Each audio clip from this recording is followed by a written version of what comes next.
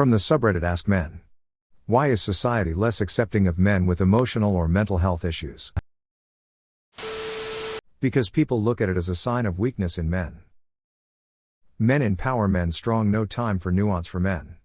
Be masculine when we want, but also tame it, but also don't ask for help on how to be a healthy adult because you're weak, but you're an ass for being unemotional, but learn empathy, but that's kinda gay bro, but etc. etc. Because for a while men are seen as expendable. Because society wants a man to be provider. Men have been the ultimate provider to the society. Men with mental health issue and emotional issues are seen as weak, because those men won't be providing to the society, as much they expects him to. Because our current idea of being masculine doesn't include those things. A damn shame too, because most guys just cry alone and suffer in silence to avoid the stigma and harassment until they explode at somebody who had anything to do with the problems that keep him up at night. Then, we get called violent dogs and trash because women aren't seeing the whole story of the lives of most men. Because we have been conditioned and nurtured not to complain. So when a man complains, he's seen to be weak. Things have definitely come a long way, though. One of the 20th century's unsung heroes for destigmatizing male mental health was a Hollywood actor named Audie Murphy. But acting was not Audie's claim to fame. At one time, every household in the US knew the name Audie Murphy. He was the highest decorated US soldier of World War II. He won every medal for valor possible. From the highest to lowest. And in the 1950s he did the unthinkable and openly talked about his struggles with PTSD. And a lot of men were like, damn, if Audie Murphy can talk about, I guess I can too. Back then, you couldn't get a job if you were seeing a shrink. Most turned to Dr. Alcohol to drink their demons away. Anyway, Audie Murphy's contribution to mental health has not been forgotten. The VA hospital in San Antonio was named after him. It's less accepting because men are expected to perform more, and a man who can't perform is just a feather in the wind. It's basic nature, you're more likely to want to be friends and be inspired by someone who got their life together than someone who isn't. Everyone goes through shit. Men are only slewed for what they can produce. Broken/weak/defective men produce less. Do the math.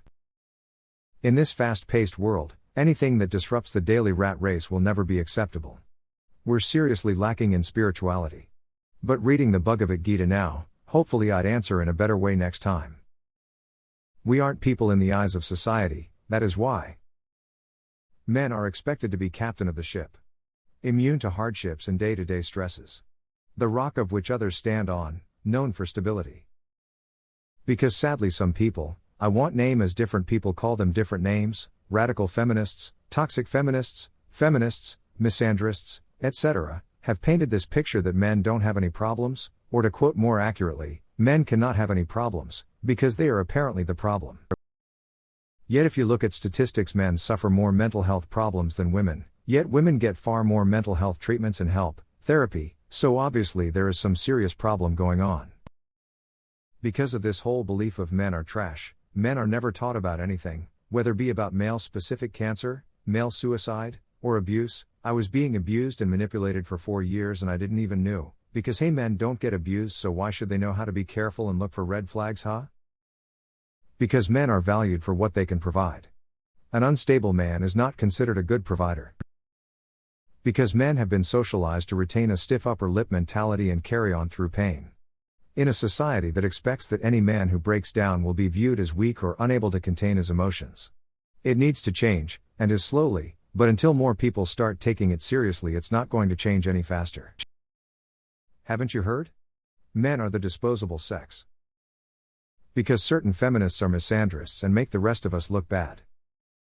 Because from a stereotypical and patriarchal sense of furthering our generations, men are always seen as strong, masculine, muscular, held together with strong beliefs and extreme calm or extreme ruthless nature. But because wars were predominantly present from ancient times, this other category of men always got unseen, and thus now because of more online resources, men with emotional and MH issues are coming outside but still are often seen as timid and weak, only accepted by some. BC, we are supposed to lead, initiate, we're supposed to be protectors and providers, so we aren't allowed to falter. Who protects the protectors? As it would seem, the only emotions men are allowed to express is anger and lust.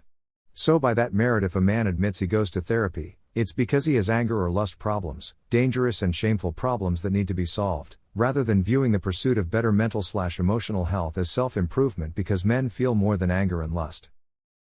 Men are expected to be stronger mentally, as well as physically. Mental health sometimes can't help, but addiction can. But addiction is so hard. Those who don't know addiction. Its stronghold, those don't feel for those with struggle, which means the ones who do understand and suffer themselves can't help others. I get it. Men, biblically as well, are the defenders. Providers. Again, strong ones. Society and even God expect that. Because men are only seen valuable if they can contribute. Because it's weakness, and weakness is the most ugliest trait a man can harbor in society. They won't tell you the truth though, they'll keep soothing your ego, fight and cancel the strong men who try to give advice to the current upcoming generation. The society does not care about you as the man. Reinvent yourself. Because, socially, economically, and in other senses, we are expendable. Question is, why is society accepting and celebrating women with emotional or health issues? Now, I am not arguing for stoning of people with depression or anxiety. For the most part, for these downers the reaction is that of support and encouragement. Even for men. I am however questioning why we see shitty antisocial behavior as reasonable and even justified when it comes from women, children, celebrities. Why isn't the reaction, seek help, that's not a healthy view, or just calling them out for being narcissistic assholes? There's a weird game on social media where broken people that are proud of the shit they do become inspiration for other broken people that want to validate their own shitty behavior. This in turn makes engagement numbers go up, and fuels even more the narcissistic assholes and brings even more narcissistic assholes to be vocal about their abusive and entitled behavior. Men are supposed to be strong. No time for processing emotions when there's work to do.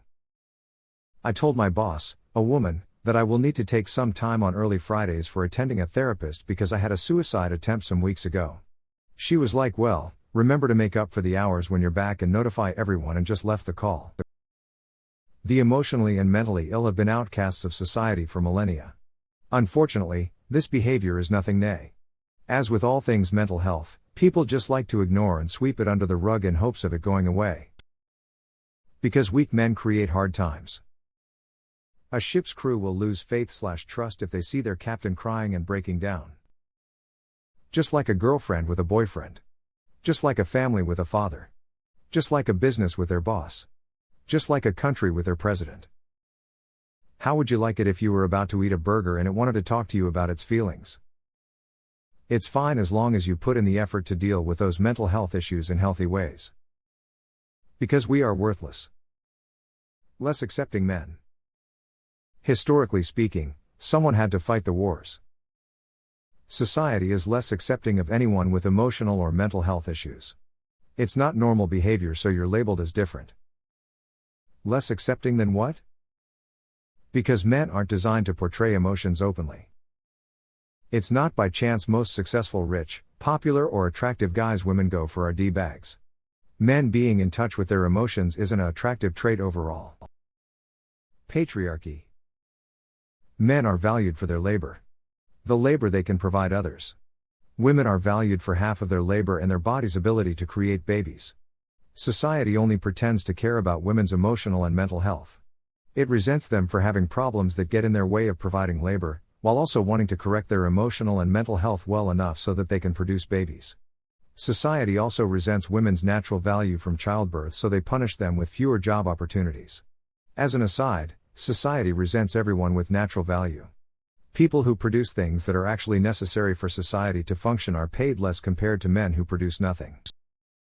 Anyway, to circle back, society is less accepting of the emotional and mental health needs of men because it gets in the way of their ability to produce labor. I'm not sure it is TBH. There is a lot of negative baggage comes with being a girl with mental health issues too, and plenty derogatory names. It's more of a general lack of understanding and acceptance of mental health issues. Emotionally, yes, that's maybe so because it's seen as weakness, and TBH when you're a guy nobody wants to know. People say they do but they don't, so you just keep it inside. Because it's useless. Mental illnesses can be destabilizing. Everyone loves stability. Because there are 4 billion of us on the planet and nobody is obligated to be our mommies and daddies when we are fully grown. Women are also not obligated to try to raise us after our parents failed. If you are substandard, you get left behind. Especially if you spend all your time complaining instead of working on improving yourself.